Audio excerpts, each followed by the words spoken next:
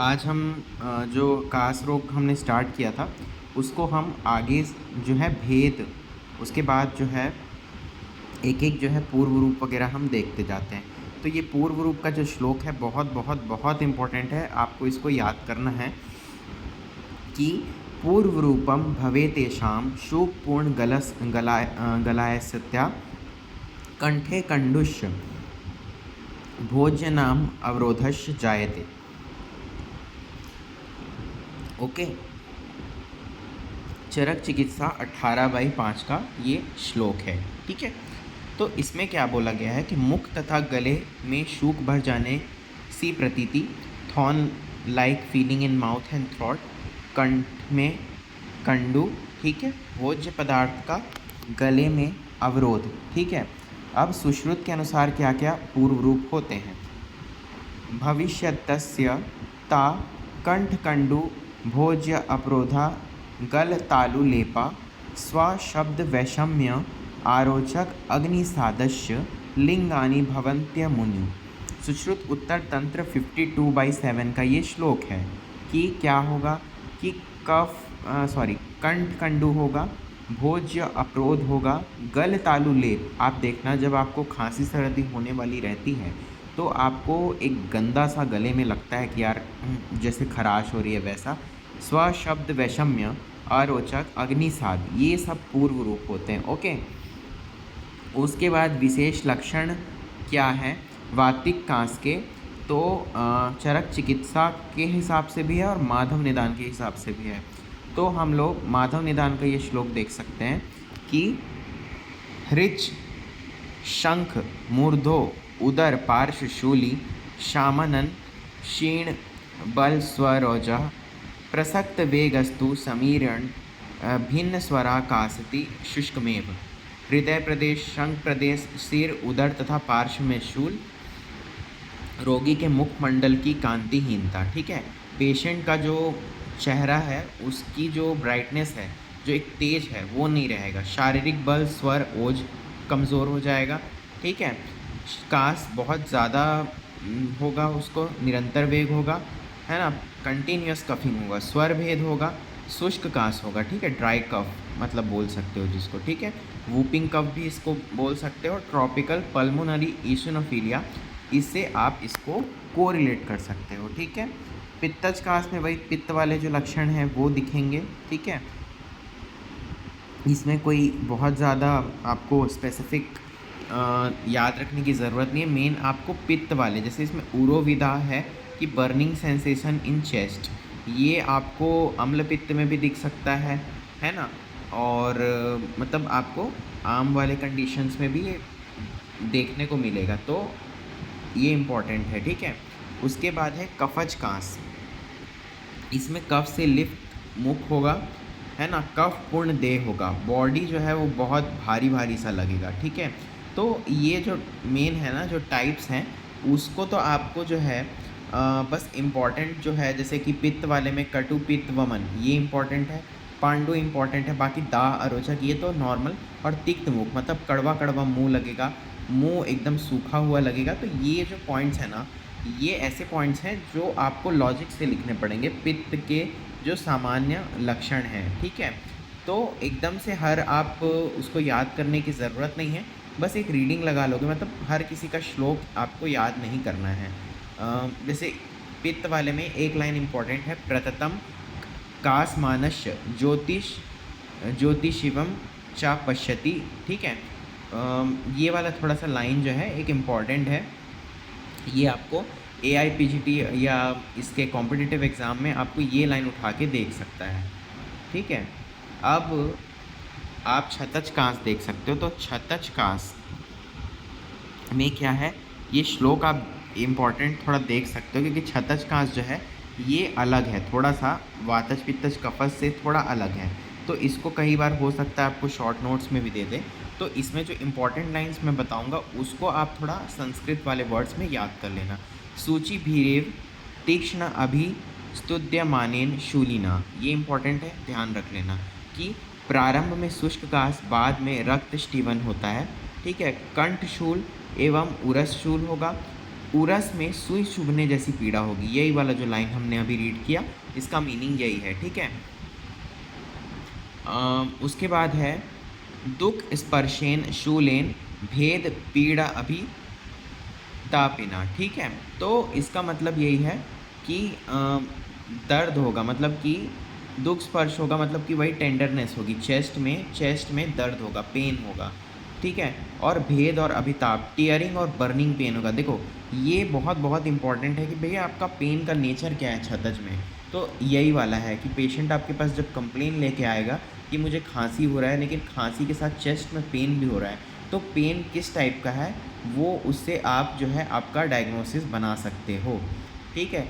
अब ये वाला लाइन बहुत बहुत इम्पॉर्टेंट है, आप इसको याद रखना। पारावत इव कूजन कास वेगात छतोद्भवात, ठीक है। ये बहुत बहुत इम्पॉर्टेंट लाइन है, इसको आपको ध्यान रखना है कि भाई छतस कांस में जब पेशेंट को वेग आएगा, मतलब जब खांसी आएगी, तो जो एक जो बोलते हैं ना कि जो पीजन होता है, जिसको शायद या कौवा का स्वर है, ये आप कह सकते हो, उसके समान आपका जो खांसी है वो होगा, ठीक है।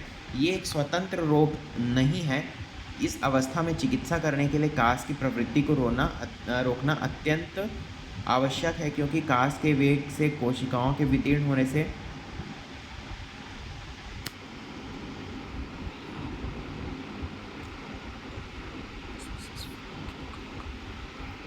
क्षयज कास,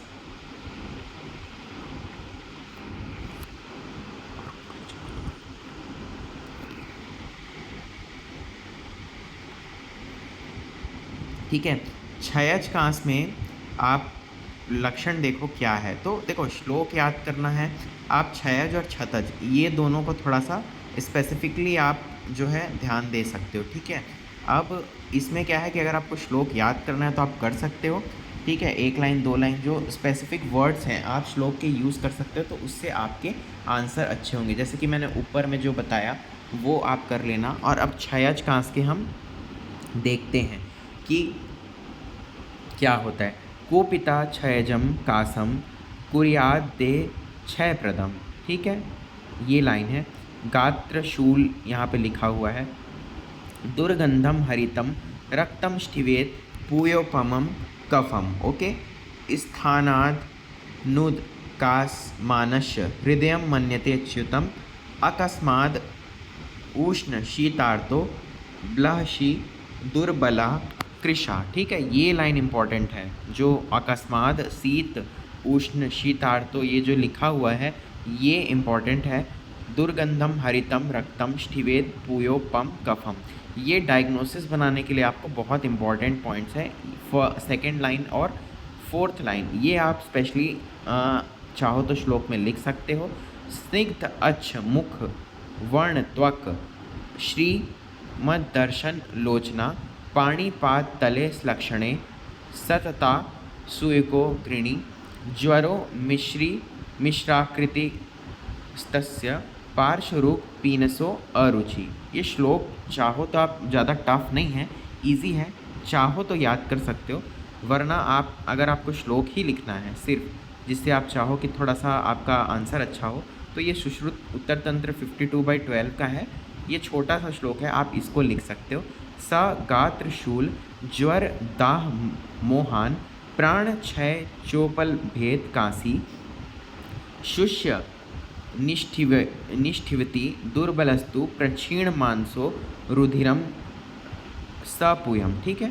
गात्रशूल होगा, ज्वर पार्श्वशूल पीनस अरुचि, ठीक है। फीवर जो है लेटरल चेस्ट पेन होगा इसमें, ठीक है।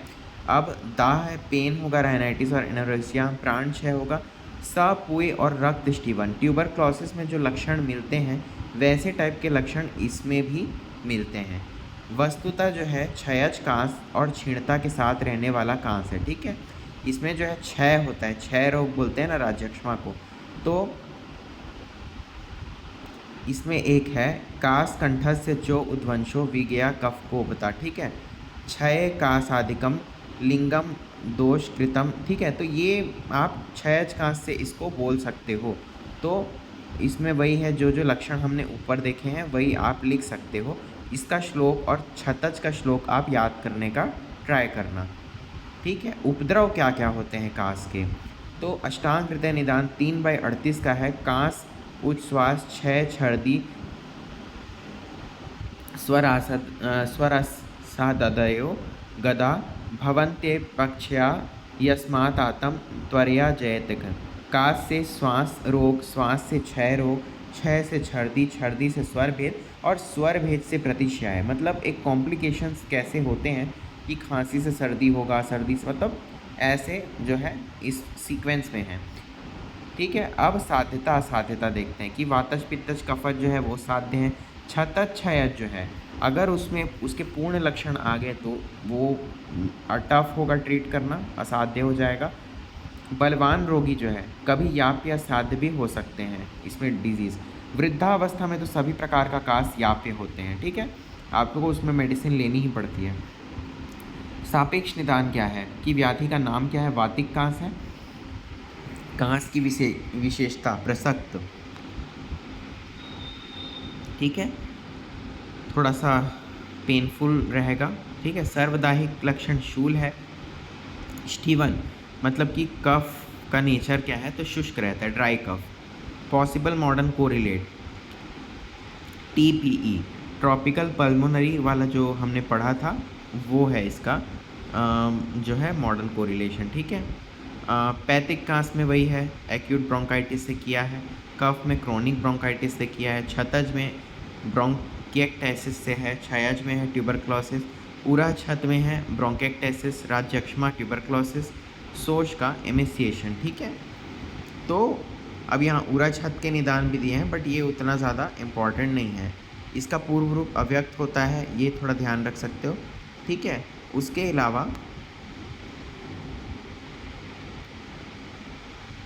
छत छीन के 2 प्रकार बताए हैं आचार्य चरक ने, व्यायाम से और उत्तम भोजन के अभाव से, है ना। तो ये जो है उतना इम्पोर्टेंट टॉपिक नहीं है, आप इसको एक रीडिंग बस लगा सकते हो। ठीक है, कि पूरा प्रदेश में पेन होगा, कास होगा, वॉमिटिंग में खून आएगा, है ना।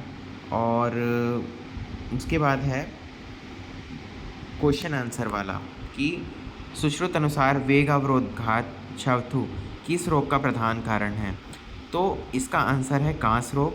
किस कांस में व्यापन्ने अग्नो त्रयोमला की विकृति पाई जाती है? तो इसका आंसर है क्षयज कास। ट्यूबरक्लोसिस में आप देखना पेशेंट का बोलते हैं ना मल ही बल है, तो ये क्षयज ट्यूबरक्लोसिस वाले के उसमें बोलते हैं। किस आचार्य ने कांस रोग में अपान वायु की प्रदुष्टि भी बताई है? तो इसका आंसर है वाग्भट। कंठे कंडुष्य, तो ये होगा कांस रोग में, और कांस में भी आप वातिक में देख सकते हो ये वाला लक्षण। क्षीण बल स्वरोजो लक्षण पाया जाता है। क्षीण बल स्वरोजो, तो इसमें है कि वातिक कांस में ये पाया जाता है। प्रारंभ में शुष्क कास, बाद में रक्त स्टीवन किस कांस में पाया जाता है? तो ये है आपका छतज कास। रक्त स्टीवते पुएपम कफ, तो ये क्षयज कांस में होगा क्योंकि उसमें ही वो लक्षण दिखते हैं। क्षयज कांस में किस दोष की प्रधानता होती है? क्षयज कांस में ये होता है त्रिदोष, क्योंकि इसमें वात पित्त कफ तीनों इन्वॉल्व रहता है। कांस रोगी की समय पर चिकित्सा ना करने पर कौन सा उपद्रव उत्पन्न होता है? तो हमने पढ़ा था तो श्वास रोग उत्पन्न होगा इसमें। ठीक है, हमने ऊपर में जो पढ़ा था कांस से श्वास, श्वास से फिर ऐसे पढ़ा था। वृद्धावस्था में सभी प्रकार के कांस होते हैं, तो ये याप्य होते हैं, क्योंकि वृद्धावस्था में सारे जो आप खांसी होता है उसको आप मेडिसिन से बस कंट्रोल कर सकते हो, क्योंकि खांसी वो वृद्धावस्था में वात बढ़ जाता है। उरा प्रदेश में पीड़ा तथा शोणित छर्दी प्रधान लक्षण है, तो उरा छत में होता है। ठीक है, अब क्षीणे सरक्त मूत्रत्वम लक्षण पाया जाता है, तो ये है छत क्षीण में। ओके, तो आज की जो हमारी क्लास है यहीं तक थी। कांस रोग आपका कंप्लीट हो चुका है। उरा छत भी था उसमें, वो भी मैंने जनरल एक बता दिया है, उतना इम्पोर्टेंट वो नहीं है। आगे हम राज्यक्षमा के बारे में पढ़ेंगे। So thank you for watching the video and please keep share the video as much as you can, and please like, share and subscribe to the channel. Thank you.